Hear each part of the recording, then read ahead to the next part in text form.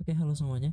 Di recording ini kita akan bahas tentang tracking US growth lah buat control group, PCE, sama GDP contribution math-nya. Oke, kita masuk ke basic dulu aja. Jadi, retail sales itu, RS itu belanja retail bulanan ya. Itu nominal atau kayak sebuah lanjut nanti lah buat konsumsi barang. Terus kalau CG atau control group itu versi RS yang disaring. Jadi masa disaring itu gak ada auto, gas, building material, sama full service. Nah ini biasanya dipakai market itu sebagai proxy konsumsi barang di PCE. Nah intinya ini. Nah kenapa harus peduli?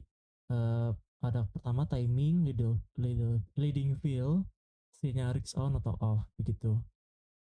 Nah biasanya kalau sinyal risk on atau off itu tergantung konsumsinya. Kalau semisal konsumsi kuat ya berarti growth kuat, berarti inflasi implikasi ke yields-nya itu bisa sensitif begitu sih.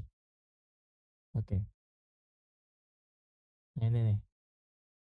Sebenarnya yang paling penting ini sih yang simpelnya gitu loh. Jadi alur kerja simpel. Kalian bisa baca dulu rilis RS-nya atau retail sales-nya, terus kalian bisa lihat control group-nya, bisa lihat control group per bulannya atau revisinya, baru kalian bisa catat actual lawan forecast-nya atau lihat ada surprise atau enggak gitu sih. Nah biasanya mapping ke PC itu kalian tinggal anggap itu sinyal untuk PCI ikut sebulan itu, untuk PCI service itu kita sementara tahan pakai asumsi netral atau lanjut tren di tahap pengenalan ya, begitu sih. Jadi narasi ke pasar tuh kalau konsumsi barang menguat atau melemah berarti growth tuh impuls naik atau turun. Nah begitu.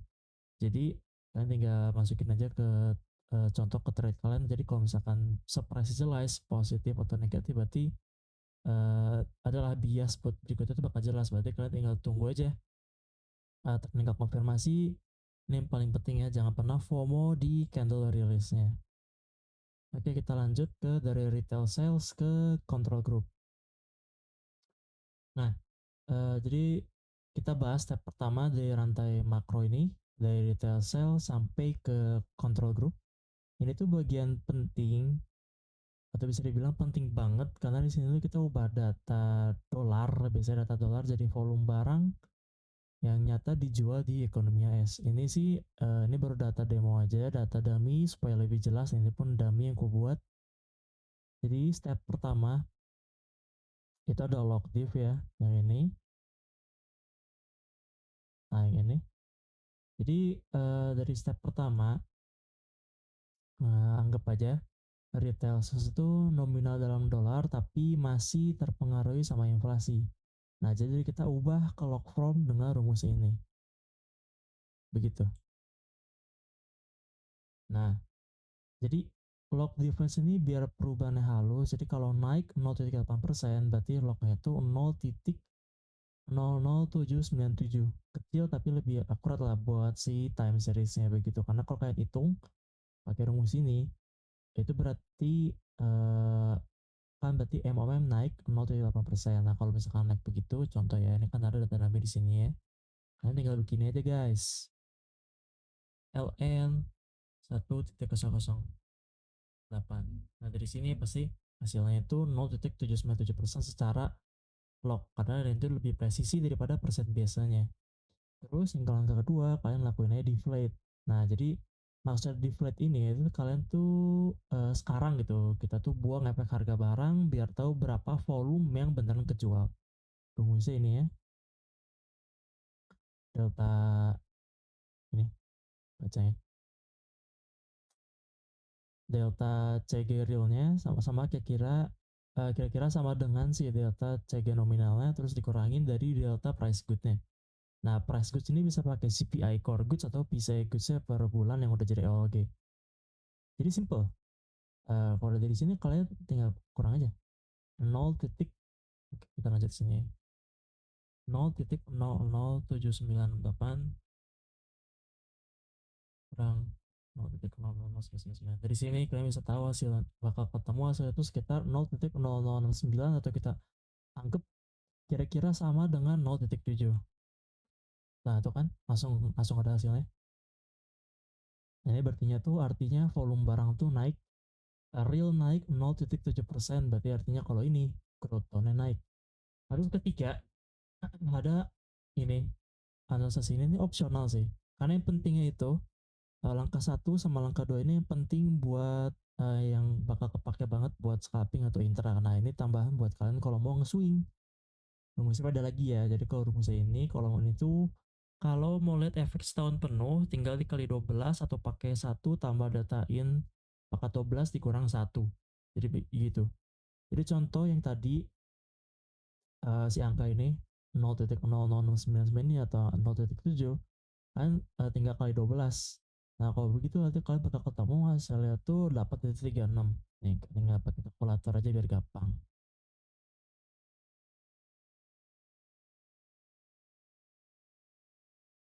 0,00699 kali 12. Nah pasti ketemu di sini hasilnya 8,36. Nah itu tuh berarti analyze growth-nya. Jadi pace bulan itu setara dengan 8,36% per tahun. Begitu. Jadi dari sini kita bisa masuk ke interpretasi tiga skenario utamanya. Jadi pertama, kalau semisal strong positif, ntar aku mau, nah ini, nah ini.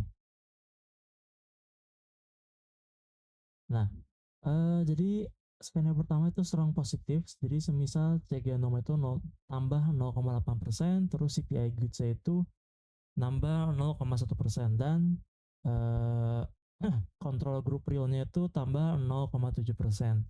Nah, berarti interpretasinya itu barang real naik dan growth tone-nya membaik. Berarti kalau growth tone membaik, USD-nya strong. Berarti kalau ada skenario strong positif, berarti kalian bisa cari buy lagi. Cari sell di Euro USD, cari sell di XAU USD, dan cari buy di depannya USD lawan apa, semisal USD JPY. Nah, terus skenario kedua itu ada inline dan neutral, berarti kalau semuanya sama, jadi kontrol grup NOM itu 0,3%, terus si goods-nya itu 0,3%, terus si realnya 0%. Nah, interpretasinya itu berarti ini tuh belanja naik cuma karena harga forum flat. Nah, terus sebaliknya paling terakhir itu weak negatif kalau semuanya kurang, si NOM berkurang tapi si CPI goods nambah contoh, terus si CG realnya itu kurang, berarti itu kan yang bisa kita interpretasi itu volume real turun berarti growth-nya melemah, berarti USD-nya melemah begitu. Jadi simpelnya kalau nominal naik lebih cepat dari harga berarti konsumsi itu realnya kuat. Nah kalau semisal konsumsi realnya kuat, ini itu bagus buat growth, biasanya USD ikut naik. Tapi kalau sebaliknya nominal lebih kecil daripada harga, artinya barang beneran yang kejual tuh malah turun. Nah sebaliknya juga ya, berarti ini tuh growth tone-nya melemah. Nah, jadi kesimpulan dari si page 2 ini yang dari retail sales ke real control group, jadi kesimpulannya kita anggap gini, RCG atau real control group ini jembatan pertama buat baca kekuatan si konsumsi realnya. Nah, nanti data ini tuh yang nanti nyambung ke PCE goods, terus ke GDP, terus baru deh ke bias market kita. Nah, dari sini kita udah bisa baca growth tone up, berarti USD strong, ya XAU-nya berarti berat lah kalau buat naik. Begitu sih. Oke, kita lanjut lagi. Kalau yang sekarang itu berarti real control group tuh gimana si real control group itu bisa disambungin ke PCE goods, yaitu berarti artinya konsumsi barang resmi versi GDP-nya. Jadi step A-nya itu bridge dari real control group ke PCE goods. Sebenarnya tujuan step ini simple. Dari data retail sales yang rilis cepat, kita pengen tebak pertumbuhan CPI goods tuh gimana. Jadi karena itu yang masuk ke GDP-nya. Nah ini di sini ya. Nah ini. Oke. Okay. Nah, jadi rumus pertama yang ini si mungkin kalian harus ingat dulu atau baca dulu alpha dan beta. Jadi alpha itu konstanta kecil biasanya 0, karena buat biar dummy aman kita abaikan dulu aja.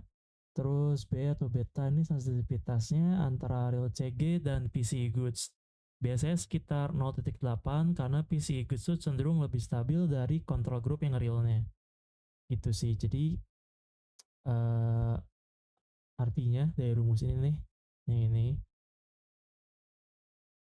kalau real control groupnya naik 1%, maka si PCI goods itu kira-kira naik 0,8%. Jadi kita scalingnya sedikit karena PCI goods itu lebih lambat dari belanja retail mentahnya. Begitu. Nah, contoh hitungan dari datanya kan dari step sebelumnya kita itu punya ya 0,00097 gitu ya atau 0,97 per bulannya. Jadi tinggal masukin aja ke rumus yang ini. Gampang banget. Tinggal gini simpelnya.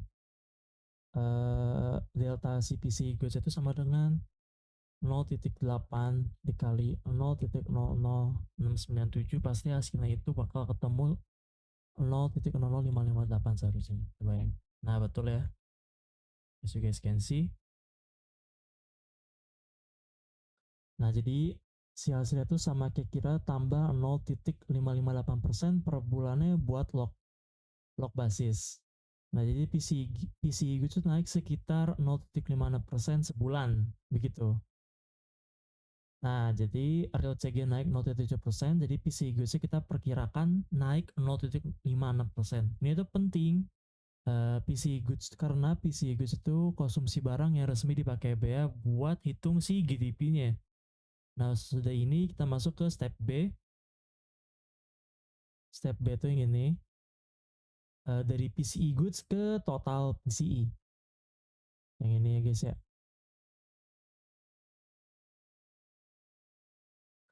Nah, GDP itu nggak cuma hitung barang, sorry, tapi juga jasa. Jadi sekarang kita gabungin dua nih, barang dan jasa. Bobotnya ya, contohnya si WG ini kita anggap sebagai barang 0,31 dan si OS ini service 0,69 kita anggap sebagai jasa.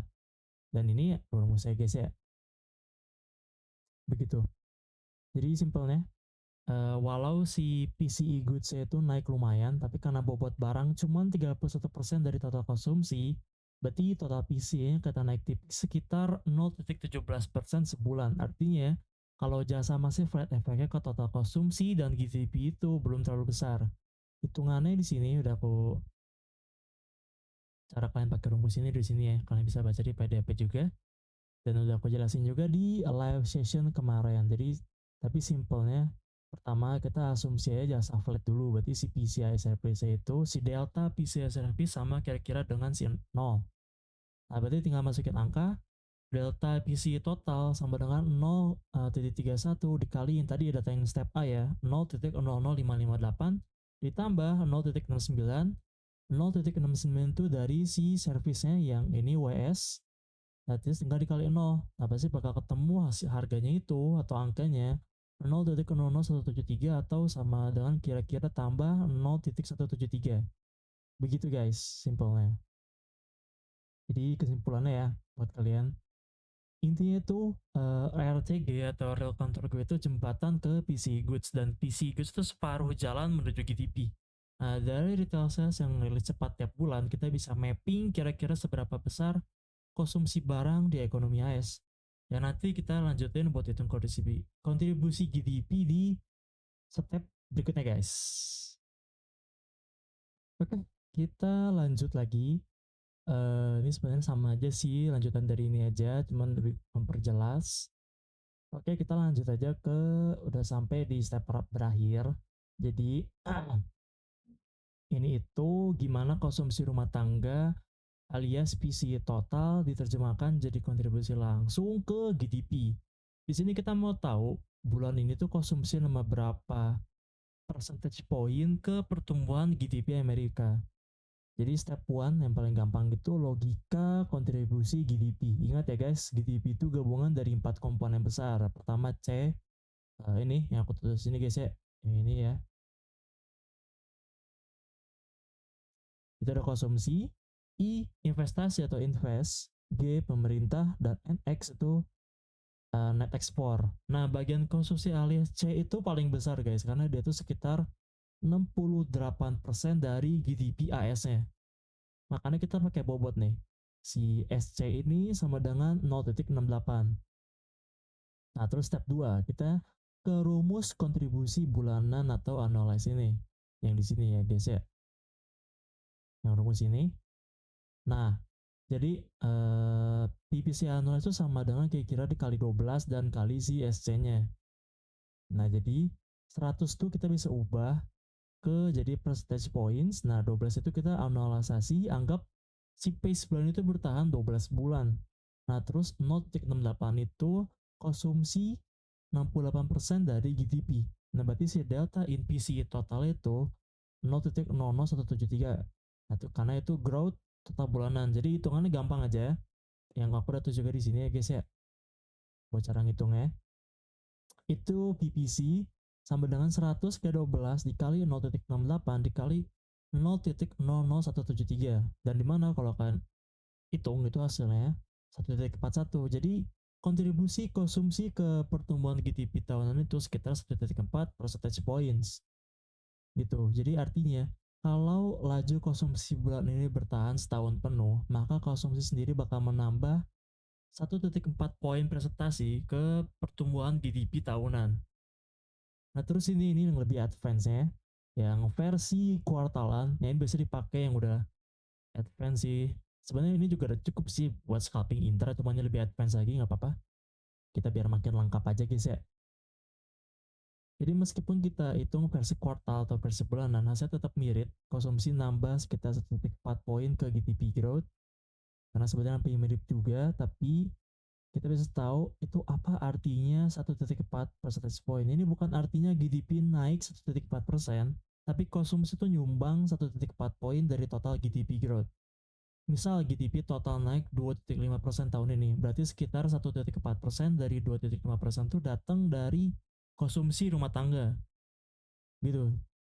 Jadi step terakhirnya biar dapatlah rantai logikanya. Jadi si real CG itu positif ya. Dia itu karena tadi tambah 0,7%, terus PCE goods itu naik 0,56%, terus PCE total naiknya tuh sekitar 0,17%, terus kontribusi GDP-nya 1,4% percentage points. Begitu.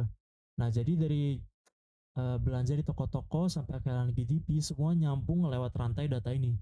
Dan dari sini kita bisa baca tone ekonomi secara real time. Begitu. Jadi step ke-6, kesimpulan bias marketnya. Pertama, ada tadi kan data pertama itu retail sales dan si control groupnya kuat. Nah, berarti arti ekonomi itu real consumption naik, berarti growth tone-nya naik. Dan yang kedua, ada PCE goods dan PC total positif, berarti kan arti ekonominya dia itu GDP outlook-nya naik. Nah, berarti market biasa itu USD bullish dan kalian bisa nyari sell di XAU, di Euro USD, dan lain-lain. Terus misal real demand solidnya 2-3 bulan itu berturut, berarti konsumsi itu jadi motornya GDP. Berarti market biasa sama kayak tadi, kayak PC good dan total PC total positif naik, berarti USD bullish. Dan terakhir, kalau semisal real CG-nya melemah, si control group yang melemah, berarti konsumsi stagnan, berarti USD-nya lemah, kalian bisa nyari buy di XAU USD atau di Euro USD. Begitu, jadi kesimpulannya ya, closing lah ya, dengan real control group dan PC yang masih solid, konsumsi tetap jadi mesin utama ekonomi AS. Nah, berarti bias makro kita itu growth tone naik dan USD bullish begitu. Tapi kalau bulan depan real CG-nya turun, kita bakal lihat early sign of slowdown di GDP dan itu bisa jadi trigger pembalikannya bias. Begitu guys. Simple aja buat recording hari ini. Buat semua ini dari retail dan control group ini. Semoga kalian paham. Kalau misalkan ada pertanyaan, tanya aja nggak apa-apa di antara di grup atau di private. DM juga boleh guys. Oke, thank you ya guys.